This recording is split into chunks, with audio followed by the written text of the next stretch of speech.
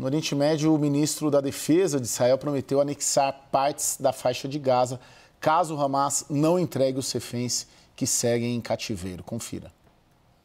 Israel Katz divulgou nesta sexta-feira um documento em que exige que o grupo palestino liberte as dezenas de reféns que seguem na faixa de Gaza, vivos ou mortos. Se o grupo não aceitar as condições, o ministro da Defesa israelense promete anexar partes do território palestino, expulsando a população civil da faixa de fronteira com Israel.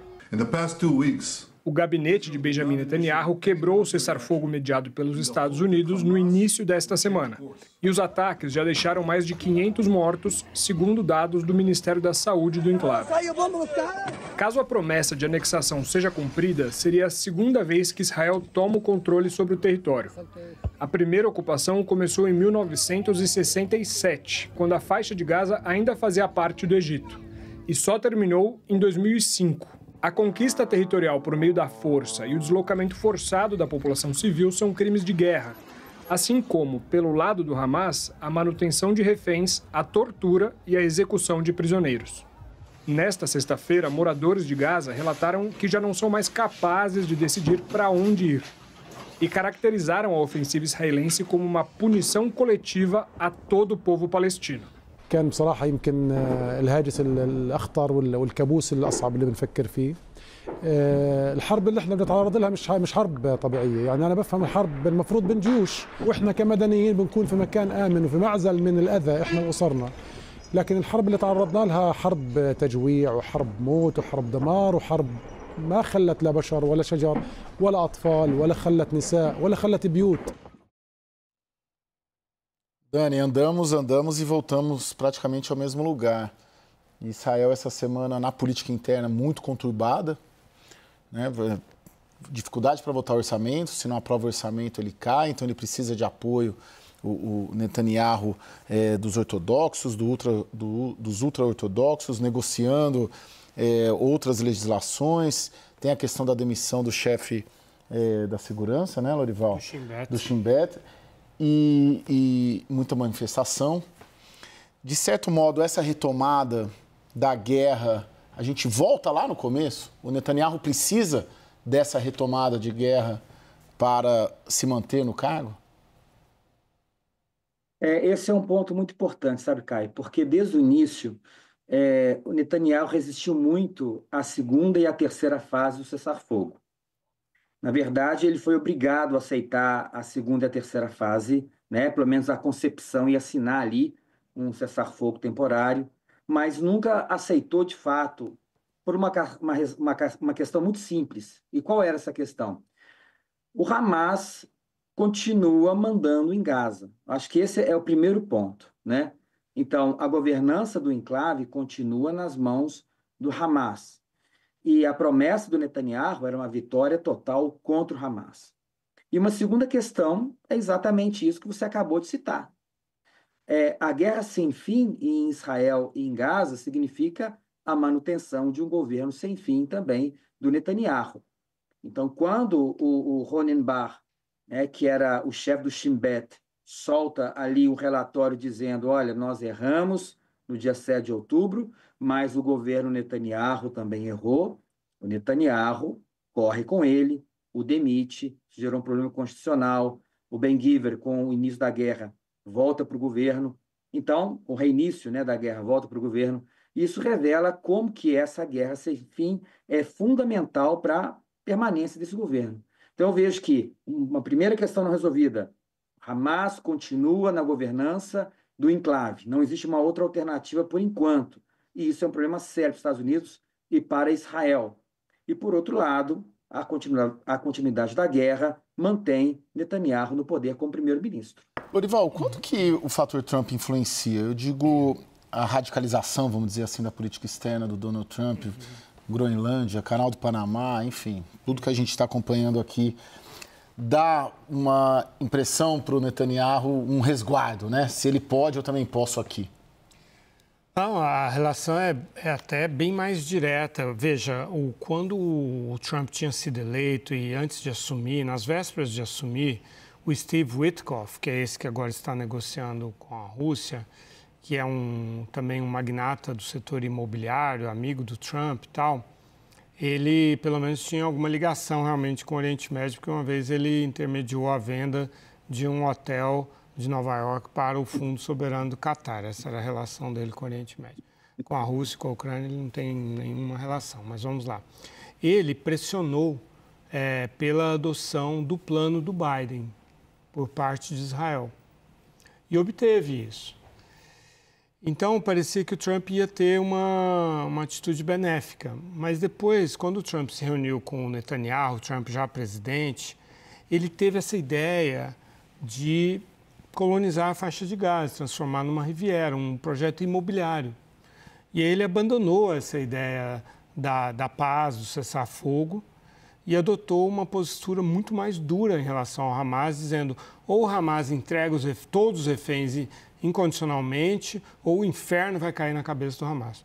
O Netanyahu escutou aquilo e falou assim, eu, primeiro-ministro de Israel, não posso ser mais moderado do que o presidente dos Estados Unidos no que diz respeito aos palestinos, né? E aí existe essa questão de gabinete interna, realmente. Veja, a Knesset, o parlamento, tem 120 cadeiras. O Netanyahu tem 68 cadeiras.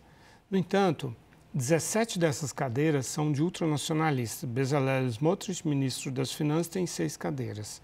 Itamar Ben-Gvir, ministro da Segurança Nacional, tem 7 cadeiras. E Gideon Saar, chanceler, tem 4. Esses 3, que somam 17 cadeiras, muito mais do que a maioria que o Netanyahu tem, eles são contra qualquer negociação e cessar-fogo permanente com o Hamas. Por quê? Eles são a favor de Israel anexar a Cisjordânia e a faixa de Gaza e expulsar os palestinos. Então, o Netanyahu, mesmo que ele quisesse, ele não poderia, ele cai. Se ele cai, provavelmente ele vai preso. Por quê?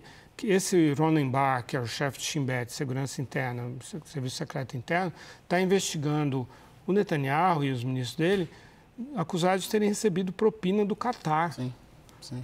Além de outras acusações.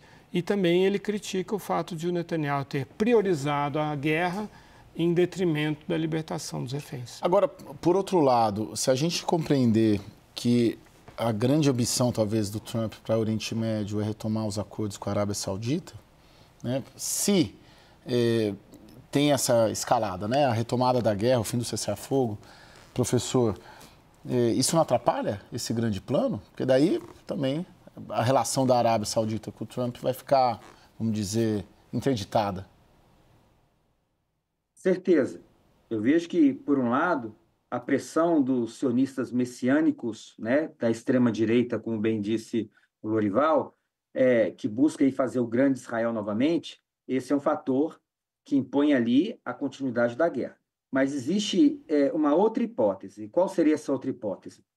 Que o plano do Steve Witkoff, né, de prolongar a primeira fase do cessar-fogo por mais 50 dias, para que eles tivessem tempo para poder se organizar e tentar criar condições para uma segunda fase, que o Hamas disse não.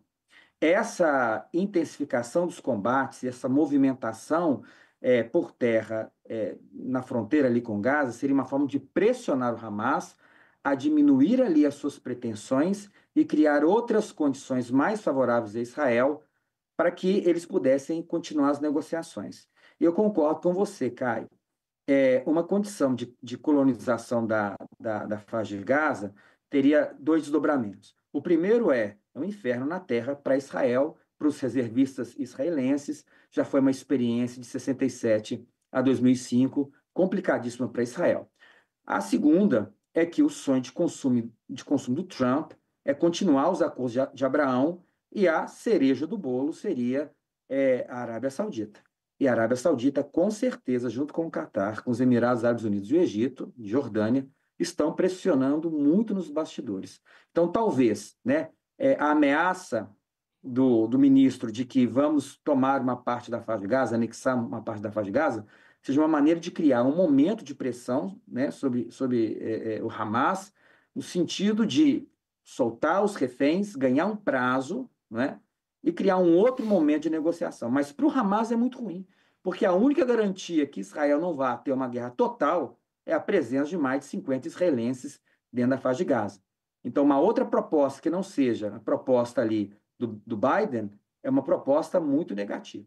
Mas eu concordo que existe pressão e que existe muito movimento nos bastidores dos árabes, principalmente da Arábia Saudita, para que um outro caminho seja encontrado. O Trump, sem dúvida, está sensível a isso. Alguma perspectiva dessa retomada de negociação, Lorival? Não, eu não vejo. Eu não vejo. O Hamas diz que está examinando um plano, uma proposta, essa proposta dos Estados Unidos, que preveria um cessar-fogo até a Páscoa, ou seja, até dia 20 de abril, que coincide também este ano com o final do Ramadã, mês sagrado muçulmano. E aí seria a libertação de 5 reféns vivos e 9 mortos.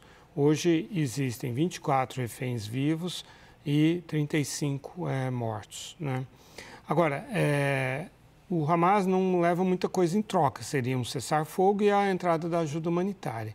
Então, é por isso que, num certo sentido, Israel está bombardeando dessa forma, impedindo a entrada de ajuda humanitária, para ver se o Hamas aceita essas concessões incondicionais, né? Entrega os reféns sem a libertação de centenas de palestinos, que é o padrão, e também sem uma luz no fim do túnel de algum tipo de administração palestina. Quando o Egito falou para Israel, que tal a autoridade palestina administrar a faixa de Gaza e o Hamas não poder mais administrar, Israel respondeu, essa é uma fórmula desatualizada, porque o Trump agora está pensando em ser dono da faixa de Gaza, está apoiando Israel incondicionalmente. Então, o Trump também retirou o oxigênio para qualquer tipo de concessão por parte de Israel. Existe uma questão, que são os reféns israelenses. A sociedade israelense está pressionando fortemente para que haja uma negociação com o Hamas. Mas o Benjamin Netanyahu sabe que se ele negocia e cai, também não adianta nada. Então, ele está aí tentando levar dessa forma.